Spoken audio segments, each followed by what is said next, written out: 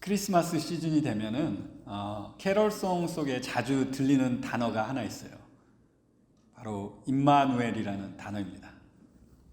임마누엘은 하나님이 함께 하신다는 그런 뜻이죠. 하나님이 인간과 함께 계신다는 것이 얼마나 놀라운 일인지 생각해 보셨습니까? 오늘 말씀은 이 임마누엘이라는 단어가 처음 사용된 이사야서의 말씀을 저희가 한번 묵상해 보았으면 합니다.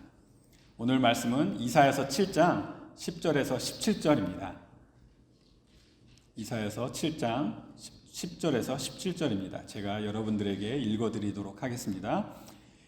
여호와께서 또 아하스에게 말씀하여 이르시되 너는 내 하나님 여호와께 한 징조를 구하되 깊은 데서든지 높은 데서든지 구하라 하시니 아하스가 가롯 이르되 나는 구하지 아니하겠나이다. 나는 여호와를 시험하지 아니하겠나이다 한지라. 이사야가 이르되 다윗의 집이여 원하건대 들을지어다. 너희가 사람을 괴롭히고서 그것을 작은 일로 여겨 또 나의 하나님을 괴롭히려 하느냐. 그러므로 주께서 친히 징조를 너에게 주실 것이라. 보라 처녀가 잉태하여 아들을 낳을 것이요 그 이름을 임마누엘이라 하리라.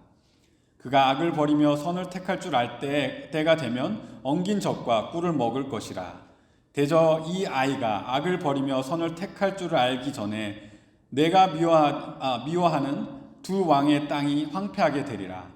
여호와께서 에브라임이 유다를 떠날 때부터 당하여 보지 못한 날을 너와 내 백성과 내 아버지 집에 임하게 하시리니 곧 아수르 왕이 오는 날이니라. 오늘 말씀의 설교의 주제를 설명하기 앞서 잠깐 오늘 제가 읽어드린 말씀의 배경을 설명드리면은 이사야는 유다 왕국이 바벨론의 포로가 되기 전에 이 유다 왕국에서 활동한 그런 선지자였습니다. 이사야 7장은 이 유다 왕국이 멸망하기 전에 이사야가 활동했던 그런 내용을 지금 기록하고 있는 것이죠. 7장에는 특별히 유다의 왕이었던 아하스에 대해서 이렇게 기록을 하고 있습니다. 저희가 7장 1절부터 조금 이렇게 살펴보면 7장 1절부터 2절에는 이런 전쟁의 소식을 아하스 왕이 이렇게 접하는 것을 볼 수 있어요. 그래서 1장을 보시면은 우시아의 손자요 요담의 아들인 유다의 아하스 왕 때에 아람의 르신 왕과 르말리아의 아들 이스라엘의 베가 왕이 올라와서 예루살렘을 쳤으나 능히 이기지 못하니라. 이것은 이 기록은 주전 735년 전에 있었던 일을 이렇게 기록하고 있는 건데, 아람과 이스라엘은 이 아수르의 지배에서 벗어나려고 이렇게 서로 동맹을 맺는데 유다는 그 동맹에 참여하지 않아요. 그러자 이제 아람과 유다가 이렇게 아람과 이 이스라엘이 동맹을 해서 이제 유다를 쳤던 것을 1장에서 말하고 있어요. 그런데 그들이 유다를 이기지 못했어요. 근데 그 이후에 이 아람과 이스라엘이 다시 동맹을 맺는다는 이 말을 2절에서 저희가 읽을 수가 있어요. 그 동맹을 맺는다는 말을 아하스 왕이 들었을 때 그 마음이 이제 심히 두렵고 흔들렸다고 2절에서 저희가 그 아하스 왕의 마음을 볼 수가 있죠. 그리고 7장 3절 4절에는 여호와 하나님께서는 이사야를 그 아들 스알 야숲과 함께 아하스에게 보내서 아하스를 만나게 하시고 아하스에게 두려워하지 말고 낙심하지 말라고 이렇게 아하스 왕을 격려하는 것을 저희가 또 읽을 수 있어요. 특별히 4절의 말씀은 정말 저희가 읽어도 큰 격려가 되는 말씀입니다. 그들이 심히 노할지라도 이들은 연기 나는 부직갱이 구루터기에 불과하니 두려워하지 말며 낙심하지 말라라고 말씀하시면서 이렇게 굉장히 위로하시고 두려워하지 말 것을 이렇게 명령하시는 것을 볼 수가 있죠. 그리고 7장 5절부터 6절에 또 아람과 에브라임과 또 르말리아의 아들들이, 그러니까 이 아람과 그 이스라엘의 그 지도자들이 이제 괴략을 짜서 유다를 무너뜨리고 무찌르고 또 그 유다 왕국에 자신들의 말을 잘 듣는 그런 왕을 세우려는 그런 계획을, 그런 계략을 짜는 것을 저희가 읽을 수 있는데 7장 7절부터 9절에 하나님께서 뭐라고 말씀하시냐면 하나님께서 그들의 계략이 통하지 못하고 또 믿음을 가지라고 이렇게 말씀하시는 것을 볼 수 있어요. 그래서 믿지 않으면 이렇게 굳게 서지 못한다고 그렇게 하나님께서 아하스 왕을 격려하시고 그 믿게 하라고 그 믿음을 굳게 하라는 그런 말씀을 저희가 읽을 수가 있어요. 그 뒤로부터 오늘 여러분들에게 제가 이렇게 설교해 드릴 말씀의 본문이 이어집니다. 오늘 말씀의 주제를 조금 제가 요약해서 설명해 드리자면 오늘 말씀은 하나님의 자비와 은혜 속에서 하나님을 믿지 않는 그 아하스 왕의 그 불신을 저희가 오늘 본문에서 보게 될 텐데 그러한 아하스 왕의 불신 속에서도 하나님은 하나님의 마음을 보여주세요. 저희는 그 하나님의 마음 이 세 가지 면을 이 오늘 말씀을 통해서 볼 수 있는데 첫 번째는 은혜를 너무나도 꼭 주고 싶어 하시는 그런 하나님의 말씀, 하나님의 마음을 10절에서 13절에서 저희가 볼 수 있고요. 또 저희와 함께 하시기 원하시는 임마누엘의 하나님의 그 마음을 또 저희가 14절에서 15절에서 또 볼 수가 있고요. 또 세 번째는 하나님의 은혜가 거절됐을 때 심판하시고 노하시는 또 그 하나님의 마음을 저희가 16절에서 17절에서 볼 수가 있는 것이죠. 그래서 오늘 말씀을 여러분들이 들으셨을 때 오늘 말씀을 통해서 저에게도 복음이라는 그런 큰 은혜를 하나님께서 주셨어요. 하나님의 자비와 사랑이 그 얼마나 크신지 저희가 오늘 말씀을 통해서 한번 생각해 보고 또 내가 하나님의 은혜를 얼마나 감사하고 또 내가 그 은혜를 주시는 하나님을 얼마나 또 내 삶 속에서 믿고 의지하는지 한번 생각해 보았으면 좋겠습니다. 그래서 이 크리스마스 시즌에 저희와 함께 하시는 임마누엘 하나님께 저희가 조금 더 영광이 되는 그런 시즌이 되었으면 좋겠습니다. 그래서 첫 번째, 은혜를 꼭 주시고 싶어 하시는 하나님의 마음. 10절에 여호와께서 또 아하스에게 말씀하여 이르시되, 이사야가 이 여호와 하나님의 말씀을 아하스에게 두 번째로 이렇게 전달하는 것을 볼 때 이 9절과 10절 사이에는 약간의 시간의 흐름이 있었던 것을 저희가 볼 수가 있어요. 아마도 그 짧은 시간 동안에 이 짧은 시간이 흘렀는데 그 시간 속에 아하스의 마음은 하나님을 의지하려고 하지 않고 하나님께서 그렇게 격려를 해주셨는데도 하나님을 믿으려 하지 않고 의지하려 하지 않고 인간적인 생각을 하고 있었던 것 같아요. 그래서 그 마음속에 하나님을 의지하기보다는 이 더 강대국인 이스라엘보다 또 아람보다 더 강대국인 그 아수르와 동맹을 맺어서 이 아람과 북이스라엘을 견제할 생각을 하고 있었던 것이겠죠.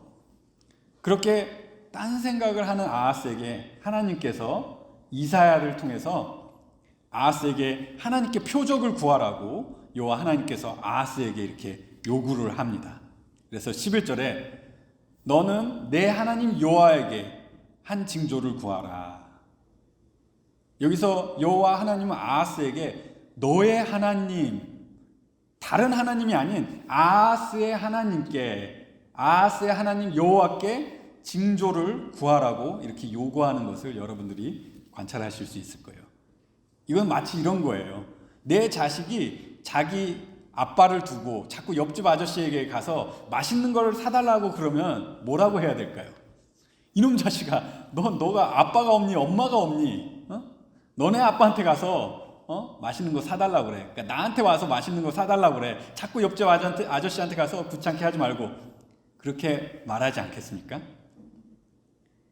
근데 여기서 제가 저희 아들한테 너의 아빠라고 했을 때 이 너의 아빠에는 이 다른 사람이 아닌 이 아들을 낳아준 그 아빠, 그리고 그 아들을 돌봐주고 지켜주는 그 아빠, 이러한 관계적인 의미가 포함되어 있는 것이죠. 그래서 여기서 여호와 하나님께서 아하스 왕에게 너의 하나님 여호와에게라고 말하는 이유는 너를 지키시고 너를 인도하시는 너의 하나님이 계시다는 것을 상기시켜주고 있는 것인 거죠. 이 왕과 하나님의 관계는 사무엘상 7장 14절에 하나님께서 이렇게 다윗과 언약을 맺으시는 그 장면 속에서 아버지와 아들의 관계로 묘사되기도 하였습니다. 11절에 너는 내 하나님 여호와께 한 징조를 구하되 깊은 데에서든지 높은 데에서든지 구하라 하시니, 이 성경에서 하나님께서 아하스 왕에게 징조를 구하라고 하신 이유는 하나님을 믿으려 하지 않는 이 아하스 왕에게 이 전능하신 하나님이 함께 하신다는 것을 그 불신하는 마음에 확신시켜 주시기 위함이었어요. 구약에서 하나님의 그 전능하심을 확인시켜 주시기 위해 징조를 보여주시는 예가 여러 번 나오죠. 여러분 아마 기억하실 거예요. 기드온에게 보여주셨던 그 징조, 그리고 모세를 부르셨을 때 보여주셨던 그런 징조. 이런 징조들은 하나님께서 약속하시면 자신의 전능하신 능력, 모든 것을 하실 수 있는, 사람이 할 수 없는 그런 초자연적인 것을 하실 수 있는 그런 능력으로 하나님께서 하신 그 약속을 지키시는 것을 사람에게 확인시켜 주기 위한 그런 목적이었던 것이죠. 여기서 하나님께서 아하스 왕에게 요구하는 징조는 그냥 단순한 징조를 요구하는 게 아니었어요. 그냥 이 레인보우를 보여주세요, 무지개 보여주세요, 이런 단순한 그런 징조가 아니라 하늘을 움직이고 땅을 움직일 만한, 하나님 한 분밖에 할 수 없는 이러한 징조를 아하스에게 요구하라고 이렇게 하셨어요. 그런데 조금 뭔가 이상하지 않나요? 전능하신 하나님께서 정말 하찮은 인간에게 어떻게 이렇게 자신을 믿어달라고 애원하는 것처럼 이런 요구를 하시는가, 조금 이상하게 들리시지 않나요? 이렇게 제발 나 좀 믿어줘, 얼마나 내가 대단한 하나님인지 너에게 보여줄게 라고 하는 것처럼 들리시지 않나요? 하나님은 자신을 불신하는 피조물을 바로 즉시 심판하실 수 있는 분이신데, 하나님을 섬겨야 하는 왕으로서 하나님을 믿지도 않고 의지하지도 않는 그 왕에게 그 패망의 길에서 살아남을 수 있는 기회를 주시는 하나님, 이 하나님이 얼마나 은혜로우신 하나님이십니까? 저는 여기서 죄 많은 세상을 심판하시는 하나님이시만 그 죄 많은 세상을 구원하시기를 원하시는 그 하나님의 자비와 은혜와 사랑의 마음이 이 구절에서 보이는 것이죠. 여러분도 그 마음이 보이십니까? 그런데 아하스가 이러한 하나님의 자비로우심을 어떻게 반응하죠? 12절에 아하스가 이르되 나는 구하지 아니하겠나이다, 나는 여호와를 시험하지 아니하겠나이다 한지라. 아하스는 아니요 싫은데요 라고 하면서 아마도 이 신명기 6장 16절에 하나님 여호와를 시험하지 말라라는 명령을 이유로 삼는 듯 합니다. 물론 하나님을 시험하는 것은 죄입니다. 또 표적을 구하지 않고 하나님을 의지하고 믿는 것은 분명 하나님께서 기뻐하시는 믿음입니다. 하지만 여기에 맥락에서 하나님을 향한 불신, 믿지 못함 때문에 하나님께서 내가 너에게 보여줄게, 그런 요구의 시험인데, 이 시험은 마치 하나님이 자신의 능력과 영광을 보여주시기 위해서 아하스 왕에게 직접 요구하신 명령이신 것이죠. 하나님을 불신하는 이 아하스에게 전능하신 하나님을 믿을 수 있는 기회를 주시는 이 하나님의 은혜, 그 은혜를 아하스가 지금 어떻게 하고 있는 거죠? 걷어차고 있는 것이죠. 그 마음에는 이미 아수르와 동맹을 맺고 하나님을 의지하는 것에서는 전혀 관심이 없었던 것 같아요. 그래서 아하스는 어떻게 보면 아주 교만한 자세로 하나님의 은혜를 이렇게 거절하는 거죠. 마치 자신이 하나님보다 의로운 것처럼 그렇게 말하면서 저는 하나님이 필요 없습니다, 하나님이 뭘 해주신다고 해도 저는 제 스스로 다 할 수 있습니다, 저는 하나님을 시험하지 않겠습니다, 이 문제는 다 제가 해결하겠습니다, 저는 하나님을 믿지 않을 것입니다, 저는 하나님께 관심 없어요. 이러한 아하스의 불신의 마음, 이 교만한 마음을 이사야는 정죄합니다. 그래서 13절에 이사야가 이르되 다윗의 집이여 원하건대 들을지어다. 너희가 사람을 괴롭히고 그것을 작은 일로 여겨 또 나의 하나님을 괴롭히려 하느냐. 여기서 다윗의 집이라고 부를 때는 하나님과 다윗 사이에 맺어진 그 언약을 연상케 하고 있는 것이죠. 그런데 여기서 이사야는 다윗의 집이 사람들을 괴롭히고 특별히 이사야가 나의 하나님, 이사야 자신의 하나님을 괴롭히려 하느냐 하고 아하스 왕을 정죄하는 것을 저희가 볼 수 있어요. 다윗의 혈통으로서, 왕으로서 하나님의 백성을 하나님의 뜻대로 다스리지도 못하고 하나님을 의지하지도 않고 하나님을 불신하는 것, 이것은 다윗의 혈통에게 영원한 나라를 언약하신 하나님 보시기에는 너무 괘씸한 것이죠. 이사야는 아하스의 행동이 이렇게 하나님께서 괘씸해 하시는 그 마음을 이사야는 이렇게 표현하는 것이죠. 아하스의 행동이 하나님을 괴롭힌다고 이렇게 표현하는 것이죠. 사람이 어떻게 전능하신 하나님을 괴롭게 할 수가 있습니까? 하지만 여기서 괴롭다는 이 원어의 의미는 어쩌면 지치고 피곤함의 그런 의미도 포함이 되어 있어서 하나님이 참고 견디시다가 이 하나님의 그 정말 한없는 그 인내에도 이 끝이 있는 것이죠. 그래서 그 인내의 끝이 다다른 그런 표현을 하고 있는 것입니다. 여기서 이사야는 11절에 너의 하나님이라고 이렇게 아하스의 하나님 여호와라고 하지 않습니다. 나의 하나님, 선지자 이사야의 하나님이라고 말하고 있습니다. 이미 하나님께서 아하스 왕을 버리신 것처럼 이사야가 지금 이렇게 말하고 있는 것이죠. 이제 더 이상 너의 하나님이 아니야. 나의 하나님을 지금 네가 괴롭히고 있는 거야. 이렇게 말하고 있는 것이죠. 여러분, 이렇게 은혜가 크신 하나님이 여러분 보이십니까? 오래 참으시는 하나님이 여러분 보이십니까? 믿지 않는 자에게 하나님의 자신을 보여주시려고 하시는 그 놀라운 하나님의 그 인자하심이 여러분 보이십니까? 이러한 자비의 하나님이 또 어디에 계시겠습니까? 믿지 못하는 자에게 믿음을 주시기 위해 자신을 드러내시는 하나님은 저희의 은혜로우신 하나님이십니다. 그러한 하나님께서 약 2000년 전에 하나님의 그 사랑을 저희에게 보여주시기 위해 하나님밖에 할 수 없는 그 증거를 저에게 보여주셨어요.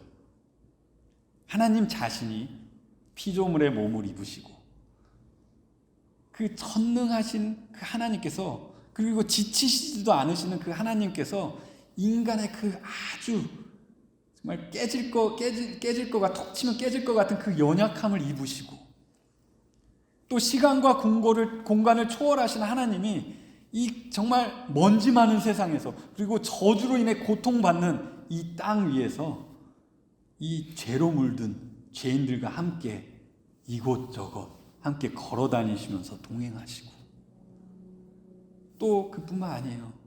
죄인들에게 멸시까지 당하셨어요. 뺨도 맞으시고 매면도 당하시고, 죽음을 모르시는 하나님 자신이 죄인들을 대신하여 죽음을 경험하셨어요. 어떻게 하나님이 죽음을 경험합니까? 완전하신 하나님께 죽음이 경험됐다는 것은 말도 안 되는 거예요. 그런데 하나님께서만 하실 수 있는 그 증거를 여기에 저에게 보여주신 거예요. 저희를 위해 하나님이 죽으신 거예요. 그 예수님, 하나님 대신 예수님은 사흘 만에 살아나셔서 예수님을 믿는 모든 자에게 소망을 주셨어요. 예수님의 모든 삶은 하나님의 정의를 만족시켰지만 그 동시에 하나님이 저희를 진정으로 사랑하신다는 것을 증명해 주셨어요. 저희가 하나님의 사랑을 증명해야 할 땐 다른 표적이 필요 없는 것입니다. 예수님께서 행하신 일이라면 그것 이상이 표적이 될 수가 없습니다. 아하스는 하나님의 불신함으로 인해 하나님께서 베푸시기 원하시는 그 은혜를 거부했어요. 마다했어요. 오늘날 저에게 베푸신 이 십자가의 사랑, 이 예수님의 사랑은 하나님의 그 사랑의 결정체입니다. 이 사랑은 저에게 하나님께서 오퍼 하셨을 때, 저에게 주셨을 때 이것은 거절해서는 안 되는 것입니다. 이것은 하나님을 모욕하는 것이고, 이 하나님의 사랑을 거절할 때 영원히 용서받을 수 없는 그런 죄가 될 수밖에 없는 것이죠. 하지만 사람이 하나님을 거절했다고 해서 하나님은 자신이 스스로 약속하신 그 약속을 포기하시는 분이 아니시죠. 그래서 두 번째, 저희와 함께 하시기 원하시는 임마누엘의 하나님의 그 마음을 저희가 봤으면 좋겠습니다. 그래서 두 번째, 저희는 이 자신이 하신 약속을 신실하게 지키시고 수행하시는 그 하나님, 아브라함과 하신 그 언약, 모세와 한 언약, 다윗과 한 언약을 그 신실하게 지키시는 하나님의 마음을 저희가 여기서 잠깐 봤으면 좋겠어요. 그래서 하나님은 하나님의 그 백성의 하나님이 되시고 그거를 포기하시지 않으시는 거예요. 내가 너의 하나님이 되겠다고 하신 그 약속을 포기하시지 않으시는 거예요. 그리고 너의 안에 거하겠다고 약속하신 그 약속을 포기하시지 않는 거예요. 그리고 그 하나님이 그 왕으로서, 하나님께서 그 백성의 왕 되심으로써 하나님의 백성을, 하나님의 나라를 영원히 다스리시겠다는 그 언약들을 하나님은 이 죄인들이 하나님을 무시했다고 해서, 하나님을 포기했다고 해서 하나님이 포기하시지 않으시는 거예요. 오늘 이 말씀 속에서도 저희는 저희와 함께 하시기를 원하시는 그 임마누엘 하나님, 그 언약의 하나님, 그 약속의 하나님의 마음을 보게 되는 것입니다. 이사야는 하나님을 불신하고 하나님께 관심도 없어하는 그 다윗의 집에게 이러한 놀라운 예언을 합니다. 14절에 그러므로 주께서 친히 징조를 너에게 주실 것이라. 보라, 처녀가 잉태하여 아들을 낳을 것이요 그 이름을 임마누엘이라 하리라. 그가 악을 버리며 선을 택할 줄 알 때가 되면 엉긴 젖과 꿀을 먹을 것이라.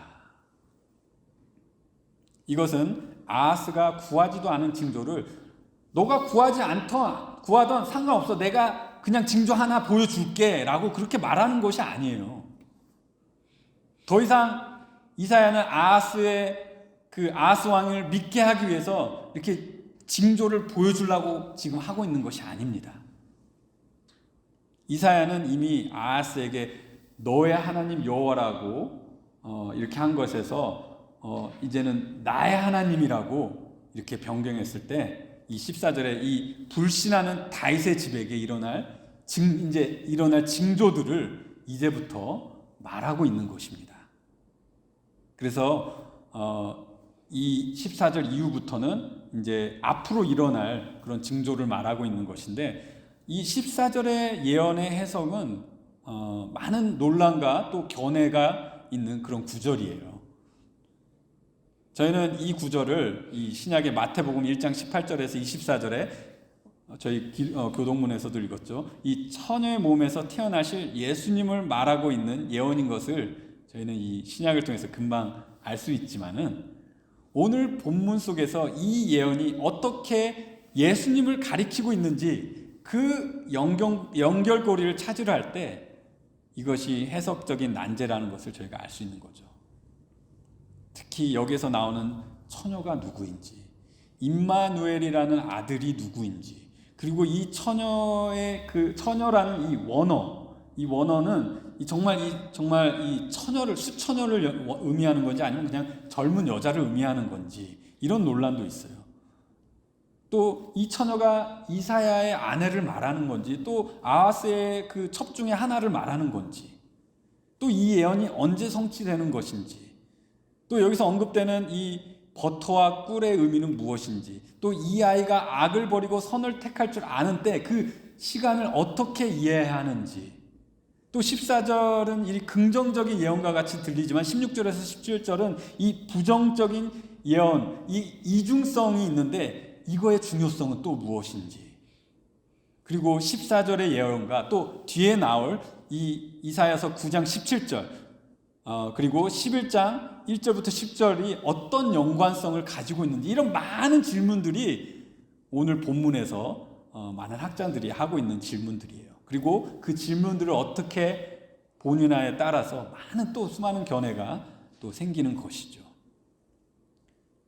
오늘 이 시간 저희가 이런 질문들을 다 짚어갈 수는 없어요. 너무 방대한 내용이기 때문에. 오늘 본문에서 나오는 이 처녀에게서 태어나게 되는 이 임마누엘이라고 불리는 아이의 정체가 이 14절 한 구절 속에서는 명확하지 않다는 것은 저희가 인정해야 할 수 있는 그런 사실입니다. 이 성경의 해석에 있어서 이 신약을 통해서 구약의 의미를 저희가 그냥 막 주입할 수는 없어요. 그렇게 되면 이 구약의 저자들이 의도한 그 의미가 재구성되는, 재해석되는 그런 오류가 생길 수밖에 없는 것이죠.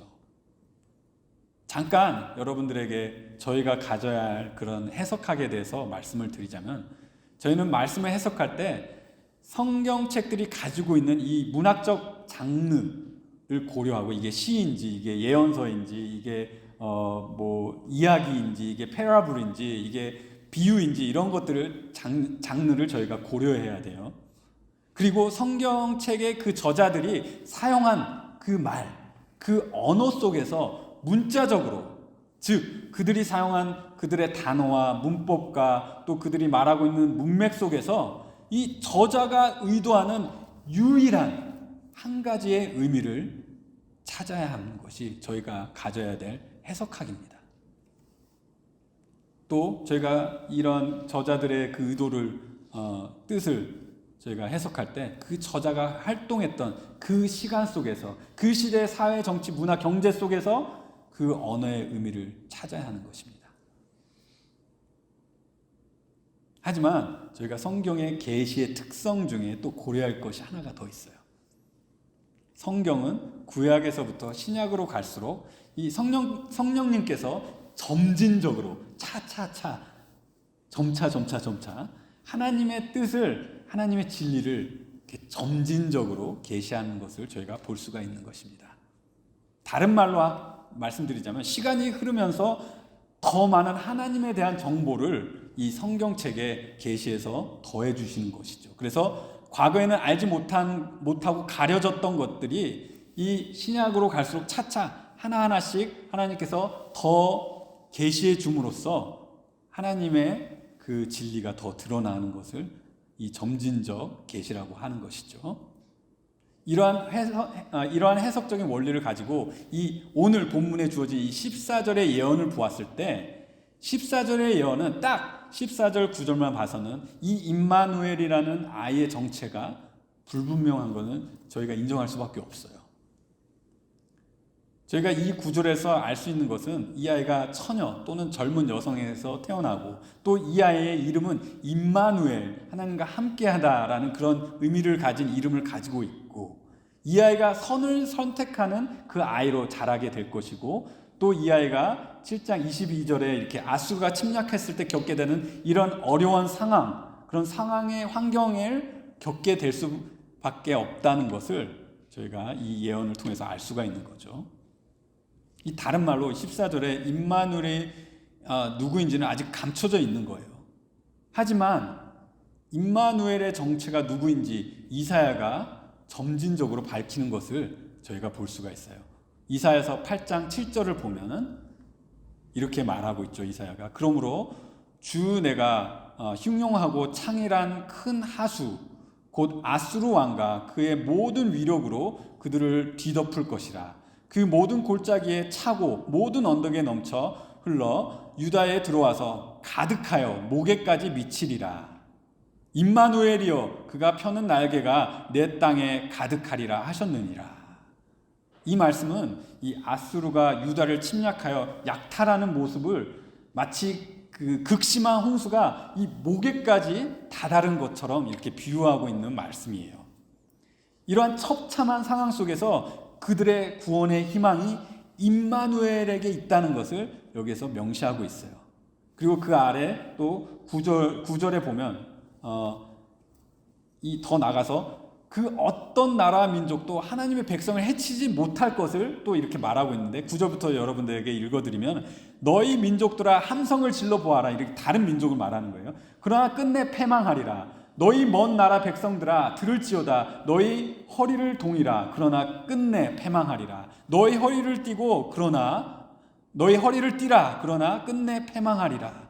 너희가 함께 계획하라. 그러나 끝내 이루지 못하리라. 말해보아라. 끝내 시행되지 못하리라. 이는 임마누엘, 하나님이 우리와 함께 계심이니라.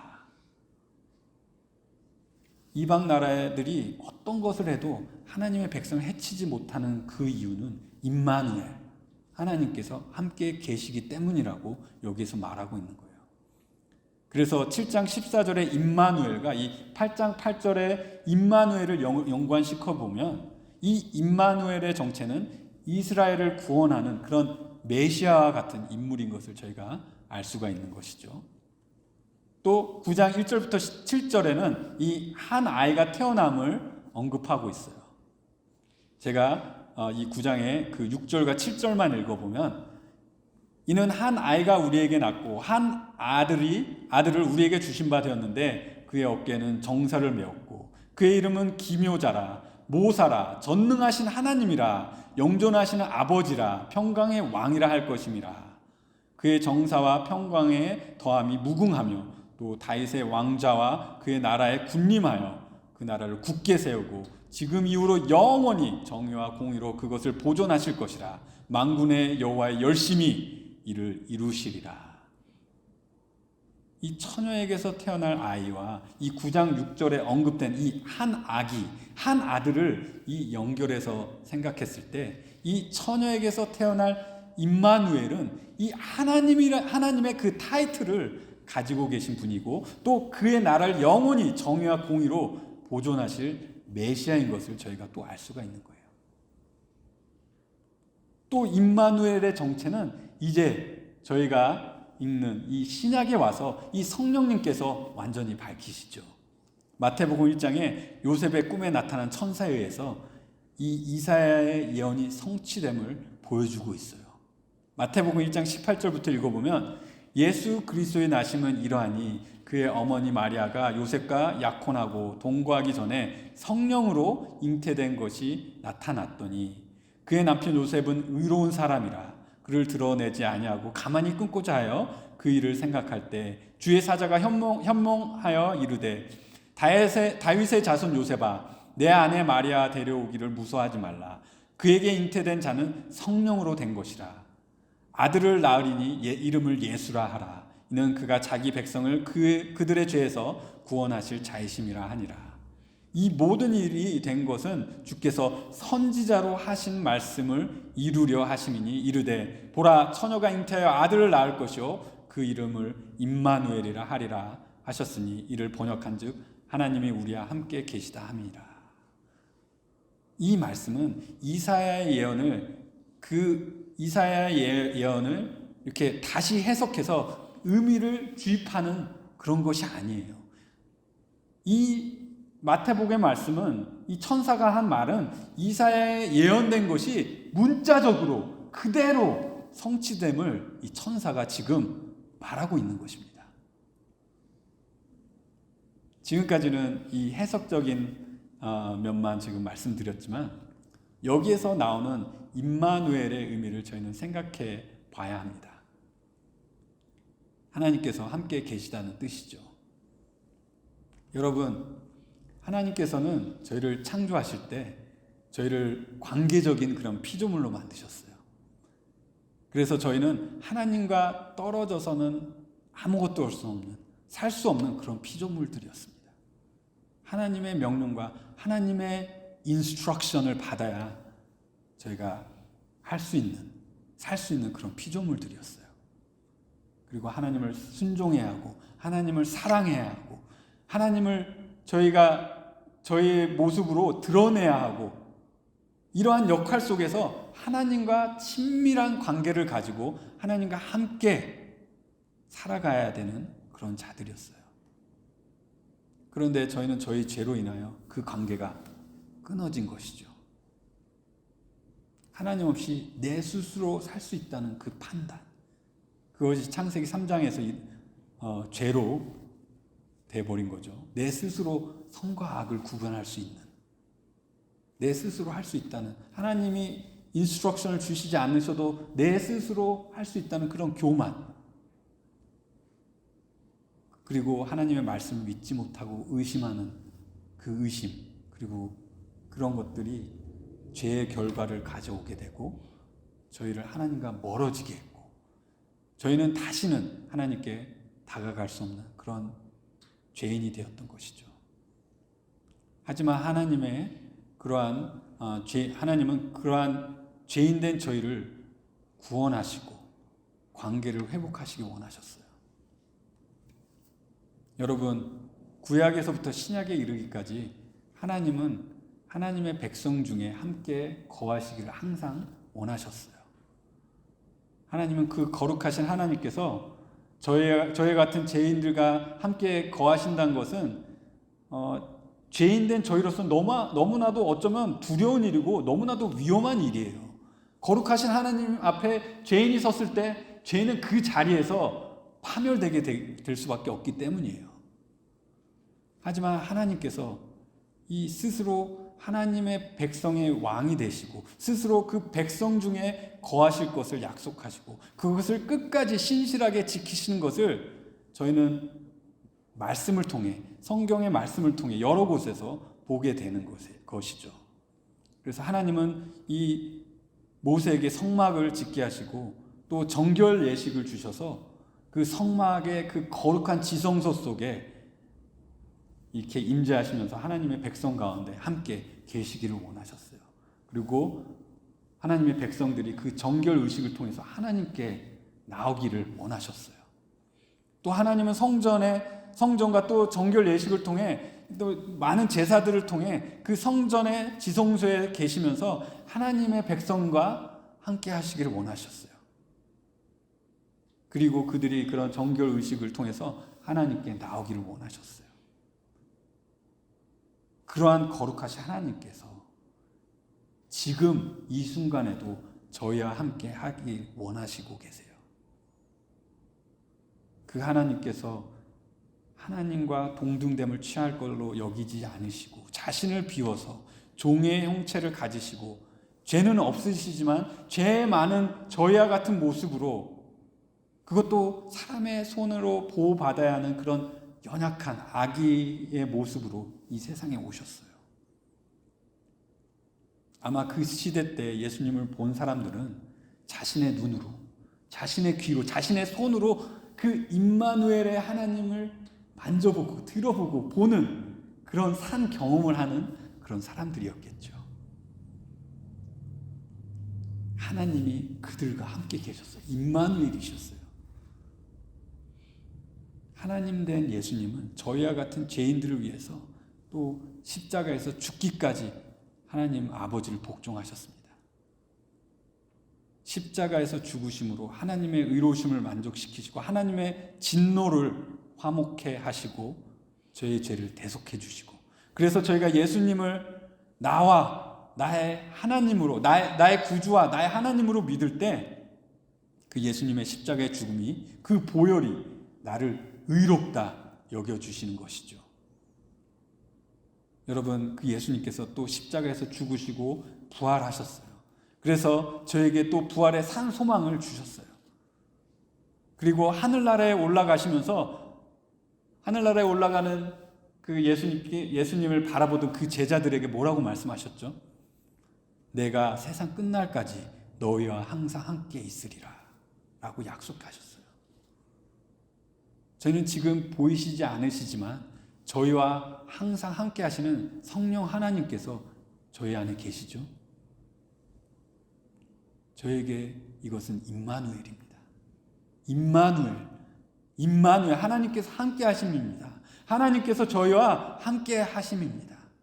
저희와 영원토록 함께 하시는 것입니다. 자, 다시 본문으로 돌아와서 아하스 왕의 불신과 이 교만한 태도에도 불구하고 하나님은 이사야를 통해서 이 14절과 15절에 이런 놀라운 예언의 메시지를 주셨지만 하나님은 하나님을 불신하는 자들을 심판하실 수밖에 없으신 이 거룩하시고 존귀하시고 정의로우시고 주권자 되시고 그리고 모든 영광을 받아 마땅하신 그런 하나님이신 것입니다. 그래서 세 번째, 하나님의 은혜를 거절할 때 심판하시고 노하시는 하나님의 마음을 저희가 여기서 볼 수 있는 거예요. 그래서 이사야를 통해서 유다의 파멸의 말씀을 하는 것을 저희가 볼 수가 있어요. 그래서 16절과 17절을 보면 대저 이 아이가 악을 버리며 선을 택할 줄을 알기 전에 내가 미워하는 두 왕의 땅이 황폐하게 되리라. 여호와께서 에브라임이 유다를 떠날 때부터 당하여 보지 못한 날을 너와 내 백성과 내 아버지 집에 임하게 하시리니 곧 아수르 왕이 오는 날이니라. 저는 이것을 여러 번 그냥 읽었을 때 이게 도대체 무슨 말이지 굉장히 조금 난해했던 것 같아요. 아니나 다를까 이 16절과 17절은 굉장히 해석이 어려운 그런 구절 중에 하나라고 또 주석가들이 이렇게 말하고 있는 것을 제가 봤어요. 제가 이 여러 가지 주석을 또 공부해 본 결과 이 14절과 15절은 하나님께서 함께 하시는 의미를 전달하시는 이렇게 긍정의 예언의 메시지였지만 이 14절과 15절은 이 긍정의 메시지였어요. 긍정의 그런 예언의 메시지였어요. 그런데 16절과 17절은 유다의 패망을 예시하는 부정적인 메시지라고 제가 판단이 서게 되는 것이죠. 저는 이 말씀을 연구하면서 이 긍정적 예언과 부정적 예언에서 비춰진 이 임마누엘이라는 아이와 또 이 16절에 나오는 아이 또는 젊은 아이, 이 신분이 실제로 다르다는 그 결론을 제가 내려보았습니다. 16절은 얼핏 보면 이 긍정의 메시지처럼 해석이 돼요. 특별히 이 한국 성경이나 많은 영어 성경들이 16절은 이 아하스 왕이 미워하는 두 왕, 아람 왕과 이스라엘 왕의 땅이 멸망함으로 인해 그 두 왕의 위협에서 벗어나는 그런 긍정적인 메시지로 들릴 수밖에 없어요. 그 한국 성경을 봤을 때는. 하지만 이 원어를 보게 되면 16절은 이 부정적인 메시지로 해석이 될 수 있는 요소들이 몇 가지가 있어요. 그래서 여기 두 왕이 땅이라고 했을 때 그 땅, 황폐되게 되는 이 땅은 이 복수가 아니에요. 단수로 지금 기록이 되고 있어요. 이 두 왕의 땅이라면 분명 복수로 했어야 됐는데 단수로 기록이 되고 있어요. 또 땅이라는 단어가 보통 나라를 의미하는 그런 단어가 아니라서 그래서 이 땅은 아람과 이스라엘 이 국가를 의미하는 그런 땅이라고 보기에 조금 애매한 것이죠. 그래서 이게 단수 땅을 의미하고 또 이 국가를 의미하지 않을 때 이것은 유다의 땅을 의미할 수 있는 가능성이 있는 거예요. 유다가 패망하는 그런 것을 의미할 수 있는 가능성이 있는 거예요. 또 이 문장의 이 관계 절구가 이렇게 자연스럽게 번역되지 않았어요. 여러분들도 한국어로 보시면은 좀 뭔가 애매한 것이 있는 그런 느낌이 들 거예요. 이 땅과 두 왕의 관계를 의미하는 이 관계 대명사가 있는데 이 관계 대명사는 또 다르게는 이유, 목적, 이 시간 등을 나타내는 종속, 접속사로도 사용이 될 수가 있는 거예요. 그래서 한글 번역에서는 이 두 왕과 땅을 관계로 하는 이런 관계 대명사로 해석을 했지만은 이 접속사로 해석했을 때는 이 두 왕이 땅을 황폐하게 하는 그 원인으로 해석이 될 수가 있는 것이죠. 그래서 16절을 이 16절이 또 왜 부정적인 예언일 수 있는 그런 또 가능성이 있는 것은 이 16절이 긍정적인 예언이었다면 이 17절은 저희가 봤을 때 굉장히 부정적인 그런 메시지를 주고 있어요. 근데 16절과 17절을 이렇게 대조시켜주는 접속사가 없는 거예요. 그렇게 봤을 때는 분명 이게 부정적인 메시지로 계속 흘러왔다. 16절에서 17절은 계속 그 가운데 이렇게 뭔가 반전을 주는 접속사가 없기 때문에 아마 두 개가 다 부정적인 메시지가 아닐까라는 가능성이 더 커지는 것이죠. 이러한 점들을 이렇게 여러 가지 이런 점들을 저희가 염두하고 16절을 재번역하여서 좀 제가 직역을 해서 여러분들에게 번역을 해드린다면 이렇게 들릴 수가 있는 거죠. 대저 이 아이가 악을 버리고 선을 택할 줄 알기 전에 이 단수입니다. 이 땅이 황폐하게 되고 또 버림받게 되리니 내가 미워하는 두 왕 때문에, 좀 굉장히 직역으로 번역했어요. 그래서 이 두 왕이 원인이 된다는 것이죠. 이렇게 해석하면 16절은 부정적인 예언이 될 수 있는 것이죠. 그래서 저는 이 16절을 이렇게 해석했을 때 이 16절이 부정적이기 때문에 14절의 긍정적인 예언에서 나오는 이 임마누엘과 이 16절 이 부정적인 예언에서 나오는 이 아이의 신분이 다른 것이 아닌가라는 그런 생각을 하게 된 것이죠. 또 이사야는 16절에 굳이 이 아이라는 명사를 사용하고 있어요. 이 아이는, 이 원어는 그냥 갓난아기를 의미하고 있지 않아요. 이 아이는 소년, 젊은이, 어쩌면 이렇게 청년의 나이까지를 이렇게 의미하고 있는 그런 단어입니다. 그래서 이 둘의 정체가 다르다는 결론을 저희가 내릴 수도 있는 것이죠. 아마도 16절의 아이의 정체는 이 7장 3절에 나오는 이사야의 아들 스얄 야숲이 아닌가 그렇게 생각이 돼요, 저는.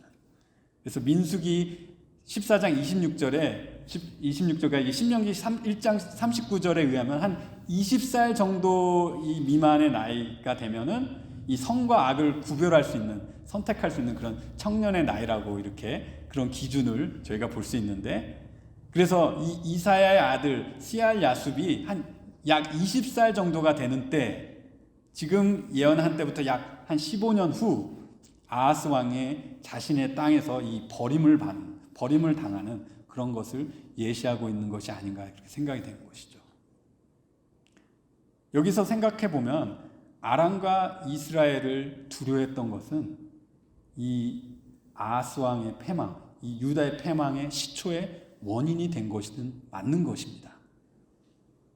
그 두려움을, 이 이스라엘과 이 아람을 두려워했던 그 두려움을 하나님을 의지하여 돌파해야 했는데, 아하스 왕은 반대로 하나님을 의지하지 않고 하나님을 오히려 불신하고 그리고 인간적인 선택을 해서 아하스 왕은 아수르와 동맹을 맺고, 그 동맹을 이용해서 이 아람과 이 이스라엘을 대항해서 잠시 유대를 이렇게 구한 것처럼 이렇게 보이기도 했어요.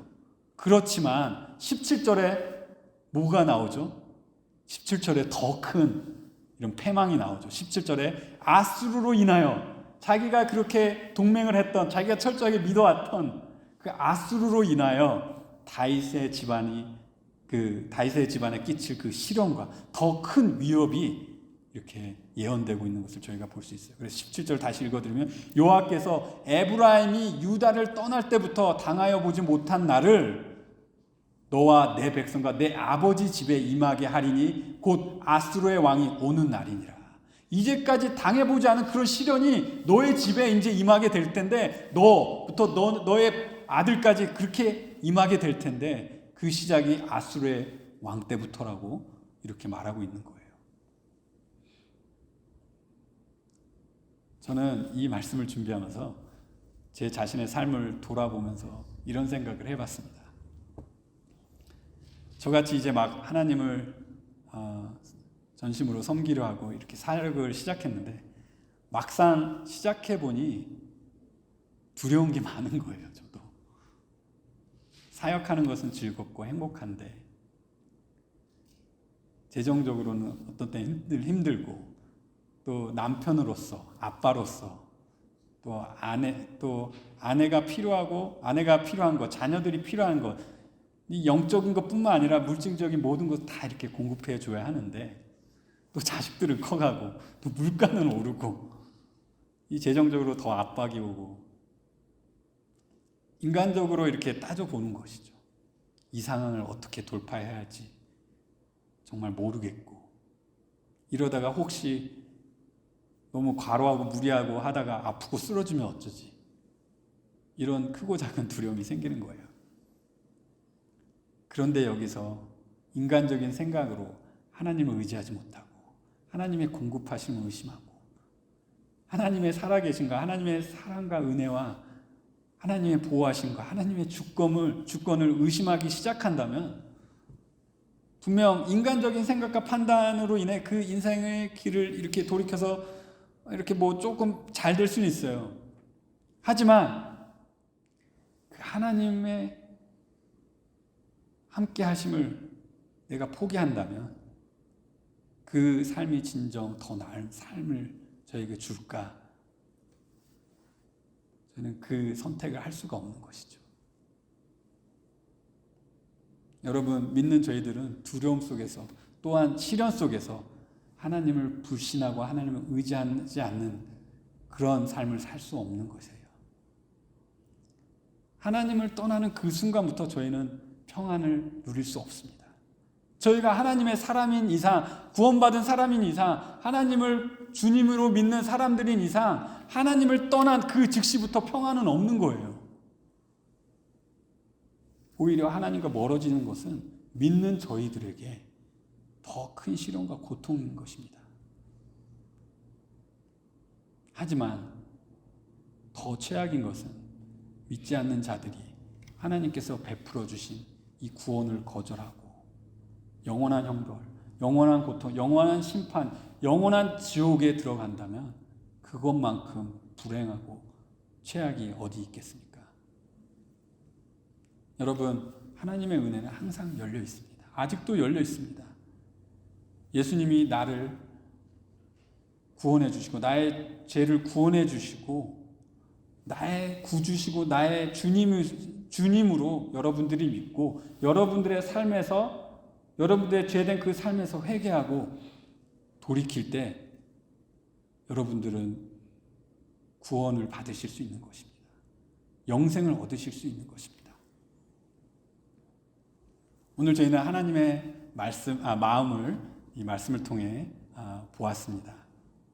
저희의 죄악 속에서도 저희를 구원하시기 원하시는 그 하나님의 정말 은혜로우시고 자비로우신 그 마음, 저희를 끝까지 포기하시지 않으시고 함께 하시기를 원하시는 그 약속을 지키시는 하나님의 신실하신 마음, 또 하나님의 그 자비를 마다했을 때 무섭게 진노하시고 무섭게 심판하시는 그 마음, 하지만 아직도 돌이키기를 원하시는 그 마음을 저희가 보았습니다.